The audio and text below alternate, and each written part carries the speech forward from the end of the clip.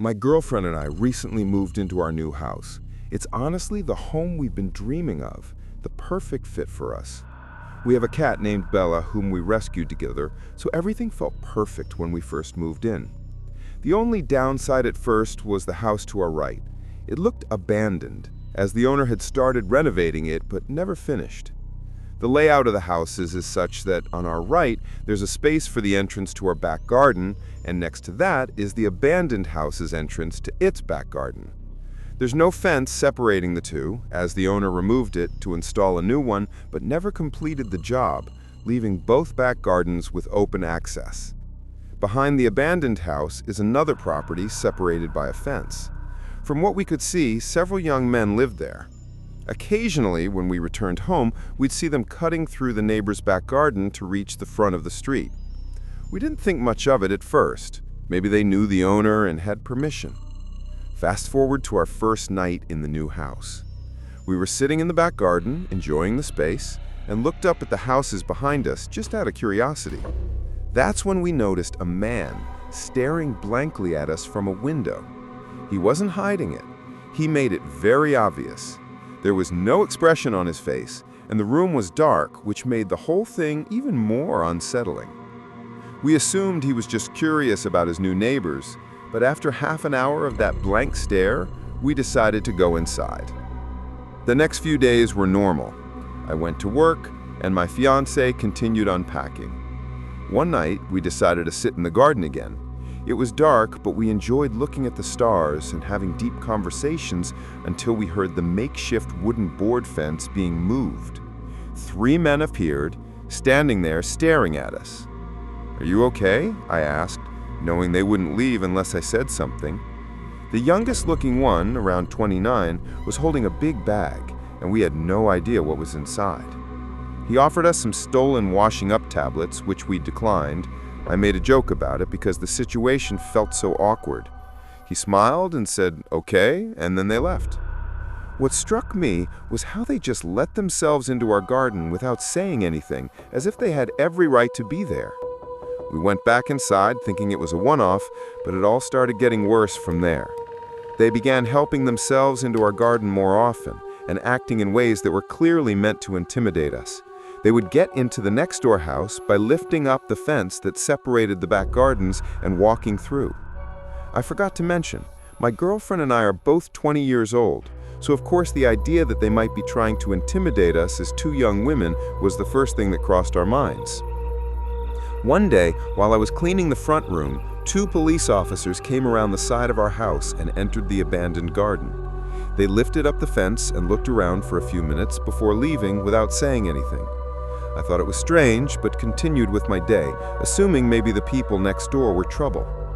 A few days later, the police knocked on our door. They explained that the house behind us was now vacant. The men had been kicked out for antisocial behavior, not just toward us, but with other neighbors too. Honestly, we were relieved. Even though they hadn't physically done anything yet, it meant they wouldn't get the chance to escalate things. We continued settling into the house, but one day, while I was in the bath, I heard a loud bang outside. I quickly got dressed and ran to find my girlfriend. I found her recording something from our spare bedroom window, which faces the garden of the now empty house. I asked what was going on, but she shushed me. For a moment, she explained a man we had never seen before pointed up at our bedroom window, and when she noticed him, he sprinted full speed toward our house. He tried our door handle on the way past, then ran back into the garden, threw up the broken fence, and started banging on all the windows of the empty house. We called the police immediately. They came, watched the video, took a statement, and left. We were shaken.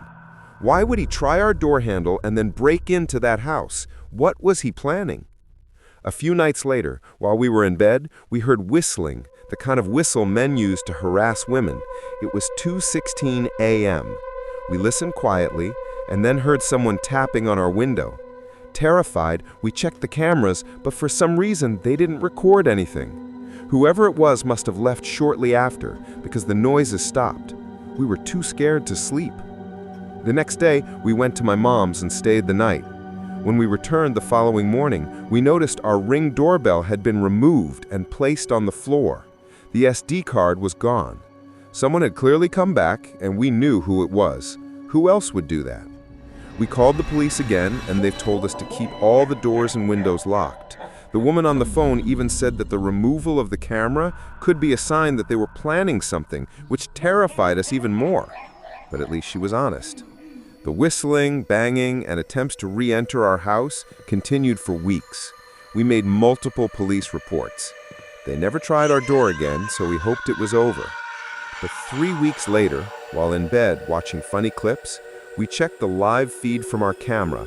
That's when we saw a man outside wearing a black mask covering his mouth and nose with his hood up, standing in front of our garden with his arms spread wide like he was imitating Jesus on the cross. He stared up at our bedroom window with his head tilted. We froze. At the time, we had moved the camera inside the house so it didn't record. We were so shaken we didn't even think to screen record. He then spoke, but we couldn't hear what he said. Then he turned around, walked to the opposite side of the street, and just stood there staring at our house for about 30 minutes. We called the police again. They said it wasn't illegal to stare at someone's property and dismissed the whole thing, even when we told them what he did on our lawn. They made us feel like we were overreacting. We couldn't sleep for days. Any noise outside terrified us, even normal ones. Then one night at 2:52 a.m., we got a notification. I woke my girlfriend and said, "Someone's outside, I know it, please check the camera." She did, and there they were, 2 masked men coming from the side of our house, shining flashlights into our windows. One of them, the same man who had been harassing us, was holding what looked like a crowbar. Why us? What was the point of this? For days on end, he would stand across the street, pointing, waving, or shouting things up at our window. Every time we looked, he would stare blankly at us. It was clearly meant to scare us, and it worked. We kept contacting the police, but they've done very little. The harassment continues. We've got cameras now, and we record everything, but we feel powerless. Just earlier today, he stood outside again, staring up at us. We got it on video, and we're absolutely terrified. But we'll update if anything else happens. Second story. Ex-boyfriend, Sunshine, stalking. Let me preface this by saying I'm not crazy. I know how this is going to sound. Paranoid, unhinged, delusional, but I swear everything I'm about to tell you actually happened. It started with a face, or more accurately, faces, that all looked just slightly off. 3 months ago, I ended a relationship with my ex, Caleb. We'd been together almost 2 years, and the breakup was long overdue. Caleb wasn't violent or anything, he never hit me, but he was controlling and possessive in that low-key, calculating kind of way, perhaps the worst kind. He'd do things like track when I was on my phone and quiz me on things I'd done that day to see if I'd give the same answer twice. After I left him, I changed my number, disabled my social media, and even moved apartments. I thought I was in the clear. Then came the barista. It was a Tuesday morning. I stopped by this little hole-in-the-wall coffee shop near my new place. I'd only been there once or twice. As I stepped up to the counter, the barista, a girl about my age, smiled at me. But something about her expression made me pause.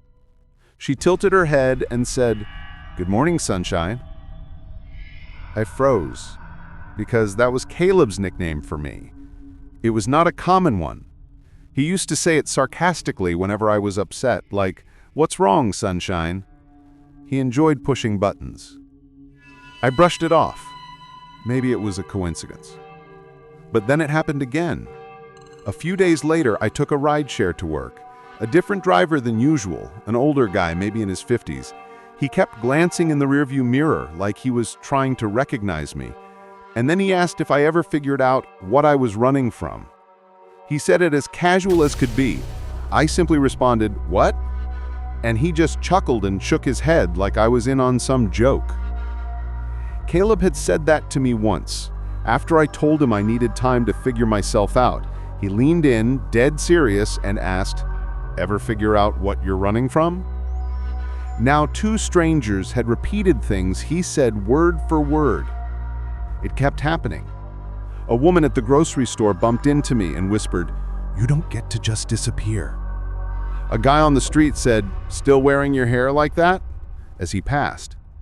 Someone who worked in my building said, "You always liked this song," while humming the exact tune Caleb used to play when we argued.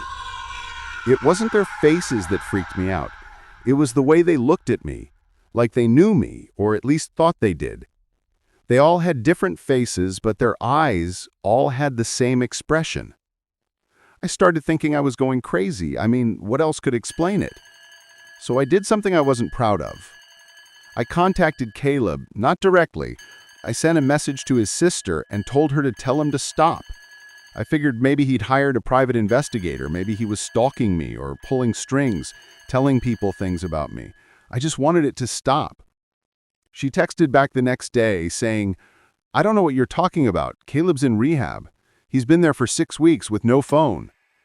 I didn't believe her. I thought she was covering for him. That is, until I saw a picture she posted of him on Facebook a week later, looking pale and sunken in, holding one of those one-day sober chips. So it couldn't be Caleb, or at least not directly. I couldn't shake the feeling that these strangers knew things they shouldn't, though. One night, I stayed late at work. I didn't want to go home because my apartment didn't feel safe anymore. Not that anything bad had happened inside of it. I just didn't like being alone. Around 10 p.m., I finally called it a night. I walked the 10 minutes to my place, keeping my head down, headphones in, but no music playing, something I'd learned to do so I could still hear if someone was following me. When I turned the corner onto my block, I saw someone sitting on the stoop of the building across from mine. A young man with his hoodie up, but his head down. I almost ignored him until he spoke. "Cold out tonight, huh, sunshine?" I stopped walking. He didn't look at me. He just stared at the sidewalk like he was reading something on it. I slowly walked past and didn't say a word. When I reached my building, I went upstairs and locked every bolt on the door. I sat on the couch for hours just listening to nothing. Eventually, I fell asleep. The next morning, I woke up to find my doormat flipped over. That might not sound like a big deal, but I live alone, and the door to my unit is on the top floor. You don't just accidentally walk by my place. The underside of my mat had something scribbled in pen. "You can change your face too if you want, but I'll still recognize you." I didn't know what it meant, but I still threw up. That day I booked a hotel for the weekend. I left my apartment without packing anything. I didn't feel safe even grabbing clothes. I just needed to be somewhere crowded. The hotel clerk gave me a room on the 4th floor. It was small, quiet, and kind of stuffy, but it felt safe until around 2 a.m. when someone knocked on my door. There were 3 slow knocks. I sat up in bed and waited. They knocked again eventually. I peeked through the peephole, and it was a woman, maybe in her 40s. Her face was totally blank and expressionless. She was just staring straight at the door. She didn't say anything, so I made no sound, and eventually she left. It was one of the most disturbing things I had ever seen. The next morning, I asked the front desk if someone had come by my room. They said no one should have been up there, especially that late. All the rooms on my floor were vacant. That's when it clicked. These weren't random people. They were being sent and fed my details, given phrases Caleb used. But if it weren't Caleb, who would do it and why?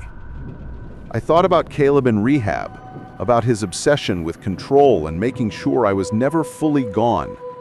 He didn't need to be the one knocking, he just needed to send others to do it. So I started digging, and there was one conversation I remembered from months before the breakup.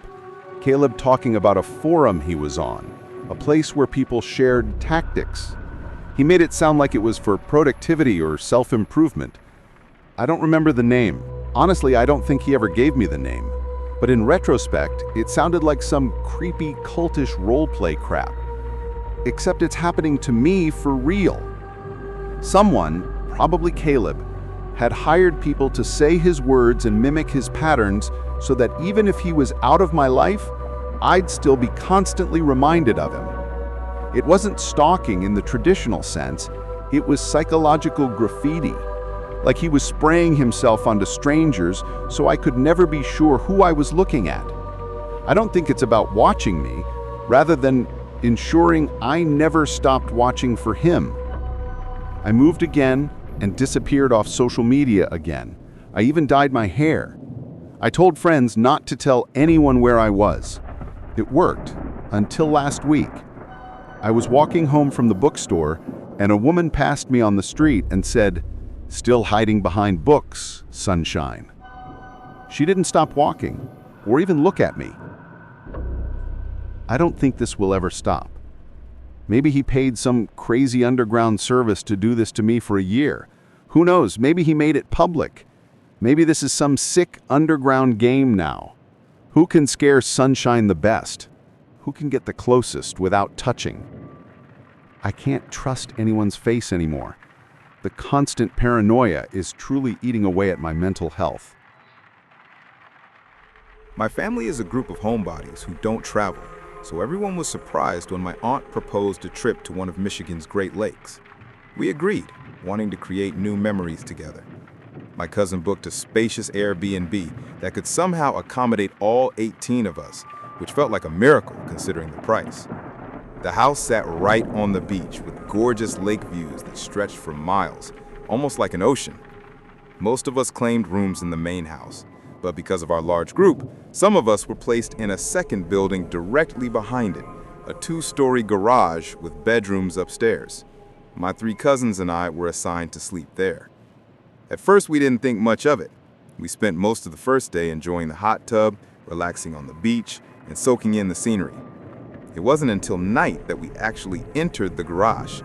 The space was outdated and neglected, with carpeted bathrooms that smelt like mold, stained bed linens, and a poorly secured latch on the door. Clearly, the cleaners focused on the main home and ignored the garage. My cousins were grossed out and refused to sleep on the beds unless we washed the sheets, so I suggested we do laundry. The machines were small, so we could only do one set at a time, and it was obvious we'd be up late. We passed the time upstairs waiting for the first load. My cousin Maria complained about how we got stuck with the worst place, and as she spoke, I started to feel uneasy, like something bad was coming. I've had this feeling before, a rare kind of intuition that usually ends in a nightmare or something worse. I told my cousins to stay alert, and they listened, especially since we'd all experienced a break-in before when we lived in Detroit. Around midnight, the bell rang from the first floor, signaling the wash was done. I went downstairs alone, swapped the load into the dryer, and brought up the clean-smelling sheets. When my cousins saw how clean they were, they wanted their bedding washed too. So I kept going up and down between cycles doing everyone's sheets. At around 2:37 a.m., we were finally done. We made the beds and were too tired to stay up any longer. My cousin Nikki insisted we leave the light on. While they all fell asleep quickly, I stayed up doing some schoolwork on my phone. I'm a light sleeper, something that stuck with me since the break-in, and I remained hyper-aware of my surroundings, even while half asleep. Then, around 3 a.m., a loud bang hit the garage door, like someone had thrown their whole body against it. I sat up, startled, but my cousins didn't move. I tried telling myself it was just wind, though the noise was too heavy for that. Still, I stayed quiet and tried to sleep. But then it happened again, same deafening crash, this time shaking the garage door. The building trembled from the impact. I was fully awake now, watching the lamp-lit room as my cousins continued to sleep. No animal or gust of wind could cause that. 20 minutes later, the third boom hit. The garage shook again, and finally, 2 of my cousins bolted upright. I asked if they heard that, already knowing the answer. Nikki asked what it was, and I said, "I don't know, but this is the 3rd time I'm hearing it." We all agreed no wind could cause that sound. Nikki suggested texting her mom, my aunt, so we did. It was 4:11 a.m. when she responded, realizing something serious must be going on. She woke my uncle, who ran outside to check the property. We stayed upstairs, too afraid to move, until we heard knocking. It was my uncle at the door. When we opened it, we saw him standing there with my dad and a few of our older male cousins. That's when I knew it was serious. There was no wind, no one playing around. My uncle told us to grab our things. We were going to the main house. Then he said there was someone on the property, and that's what made my heart sink. I threw everything into my suitcase, and we all rushed out of the garage. Once inside the main house, most of the family woke up from the commotion. We sat in the living room trying to piece it all together. I told them about the first 2 loud crashes, and my cousins confirmed the third. My aunt explained that when my uncle went out to investigate, she followed him. He shouted, "Hey!" at someone standing behind the garage. The door to the main house slammed behind her right then, and there was no wind to explain it. She feared someone might have slipped into the house, so she ran to wake my dad and cousins. After searching, no one else was found inside. Then my uncle described what he saw. A man stood behind the garage, not hiding or moving, but staring, like he wanted to be seen. When my uncle called out, the man didn't flinch. He simply walked away and vanished, not into the darkness, but into thin air. The leaves on the ground didn't crunch, and there were no footsteps left behind. My uncle's not someone who makes up stories either. He's a serious, logical man, which made everything scarier. My brothers added that they found 2 jester cards, one in the main house and one in the garage. The one in the garage was twisted and demonic looking. One cousin pointed out that jesters symbolize mockery, and the loud sounds happened around 3 a.m., the so-called devil's hour. It was as if we were being taunted. My uncle had even checked for footprints, but saw only his own and my cousin's, not the man's. Another cousin drove down the road during the incident to try and spot someone fleeing, but found no one. That day, no one returned to the garage. We squeezed into the main house, on floors, couches, anywhere there was room. My mom gave up her bed so we could sleep more comfortably. On the second night, she slept on a couch by the large windows and woke up around 4 a.m. to footsteps on the porch. She didn't dare open her eyes. She was afraid of seeing someone looking in. Then she heard someone trying the basement door. It had a weak lock, and my brothers and male cousins were sleeping down there. The door rattled as someone tried to break in. My mom rushed to the basement, but by the time she reached the beachside entrance, no one was there, and all the boys were still fast asleep. That was our last night. Though we had planned to stay until Tuesday, we left on Monday instead. On the way home, we couldn't stop talking about what had happened. When my mom found out I had been going downstairs alone during laundry, she theorized that someone might have been watching me and thought I was alone in the garage. The timing between my last trip downstairs and us going to sleep lined up way too well with the banging sounds. Theories started to form. Some of us thought it was a neighbor trying to scare us off. Others believed there was something paranormal, especially because of the jester cards. My aunt pointed out that a normal person would have run when my uncle spotted them, but this man didn't run. He just watched and disappeared. We contacted the Airbnb host, who claimed she'd review the footage from the camera above the garage door, but we never heard back. It made us wonder, did she know the man? Was he a neighbor? When we first arrived, my sister and cousin had walked the beach and passed a woman next door. She watched them coldly, without friendliness or a greeting, just an unfriendly gaze. The house was in the middle of nowhere, and we understood how constant Airbnb guests might annoy locals, but we were respectful. We didn't deserve what happened. This was our first family trip, and hopefully not our last, even after everything we went through.